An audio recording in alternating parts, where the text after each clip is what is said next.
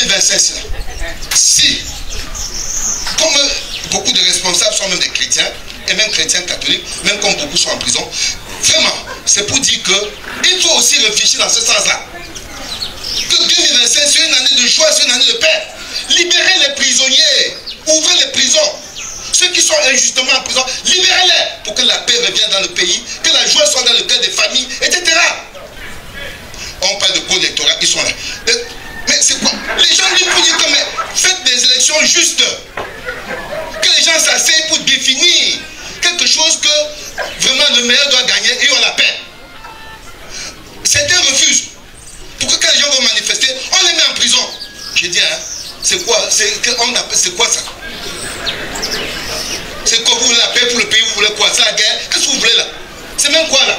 Qu'est-ce qu'on fait là même? Qu'est-ce qui est difficile de s'asseoir avec tous les opposants? On établit un code, on dit voici le code, le meilleur va gagner. Point. On sort de cette affaire, dis donc. Que le meilleur gagne et que la paix revienne au Cameroun. Qu'est-ce que vous fabriquez là? Vous faites quoi là? De toutes les façons, je ne suis pas prophète de malheur. Hein? Tant que les choses vont continuer comme ça là, il n'y aura pas de paix. Ne croyez pas qu'il y a la paix. Ils sont là. Il n'y a pas de paix. C'est la paix, c'est vraiment, même moi dans mon cœur, c'est la guerre. Il y a le trouble dans le cœur des gens. Les gens ne sont pas contents. Comment une chose de famille doit être indicateur? Tu es dans ta famille, tu ne peux pas écouter les gens. On dit faisons comme ça pour que ce soit bien. Tu dis que moi j'ai dit qu'on ne fait pas comme ça. Mais tu veux quelle paix pour ta famille? Hein? Même quand tu as raison, je vous dis, même quand tu as raison, et tu vois que la majorité veut faire comme si tu as tort, accepte, laisse. C'est quoi même, dis-le? Vous m'avez fait bavarder là, c'est quoi même? Bon, de toutes les façons. Mais non, c'est pas possible. On ne peut pas prêcher comme si on ne vit pas ces choses-là. On ne peut pas. La parole de Dieu n'est pas excarnée, la parole de Dieu s'incarne. Dieu s'adresse aux gens.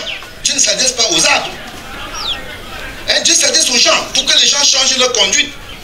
Et je vous dis, ce que je viens de dire est bon. Vous savez que c'est bon. Applaudissez. Applaudissez pour ça, c'est bon. Applaudissez. L'écrivain disait, si chacun balaye sa cour, le village sera propre. Si chacun balaye sa cour, tout le village sera propre. C'est tout. C'est cela. L'église catholique, partout, on a lu ces textes ici, aujourd'hui. C'est tout. Donc, le Père n'a pas choisi un texte pour... Non. J'ai pris le texte du jour. J'ai expliqué. J'ai explicité. J'ai appliqué.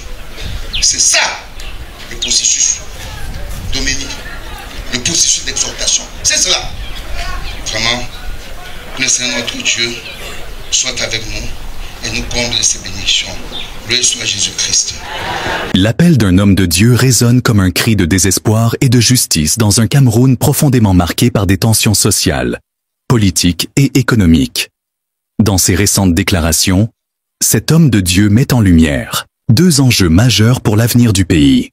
La révision du code électoral et la libération des prisonniers politiques. Selon lui, tant que ces deux points ne sont pas abordés, la paix tant recherchée au Cameroun demeurera une utopie.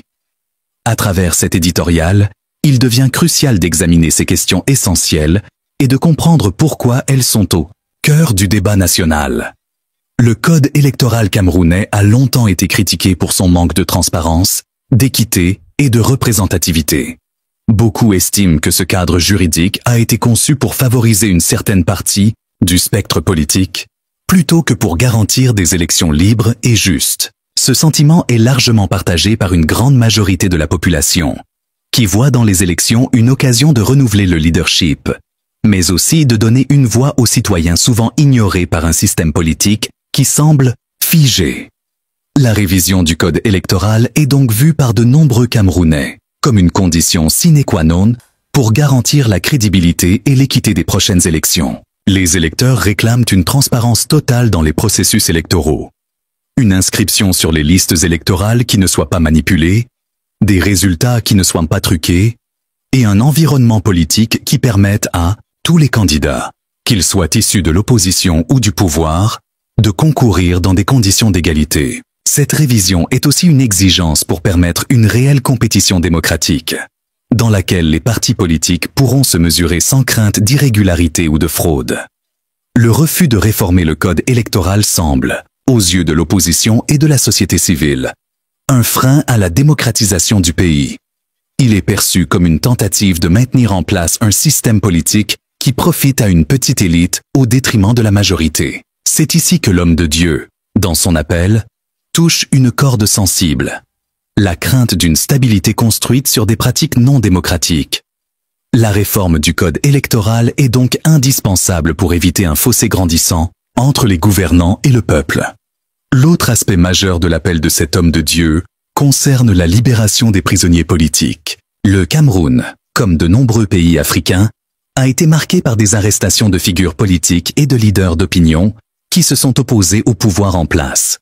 Ces prisonniers sont souvent perçus comme des symboles de la répression, du gouvernement et de l'absence de liberté d'expression dans le pays. Les exactions contre les opposants politiques, les journalistes et les militants de la société civile sont des blessures ouvertes qui affectent profondément la cohésion nationale. La libération de ces prisonniers serait, selon de nombreux analystes, un geste symbolique fort en faveur de la réconciliation nationale.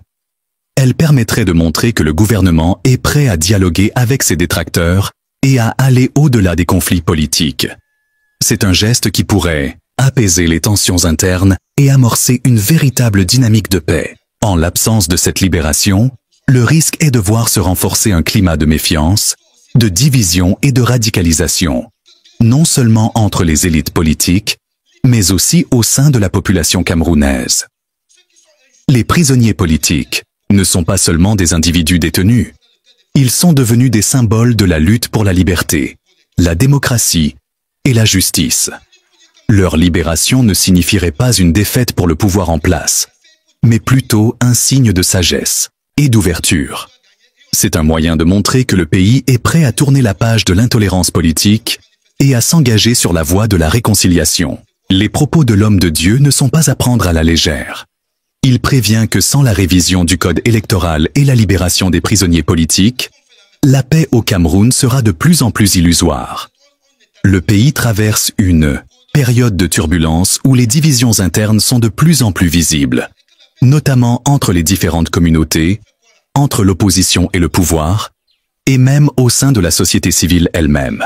Le Cameroun fait face à des défis majeurs.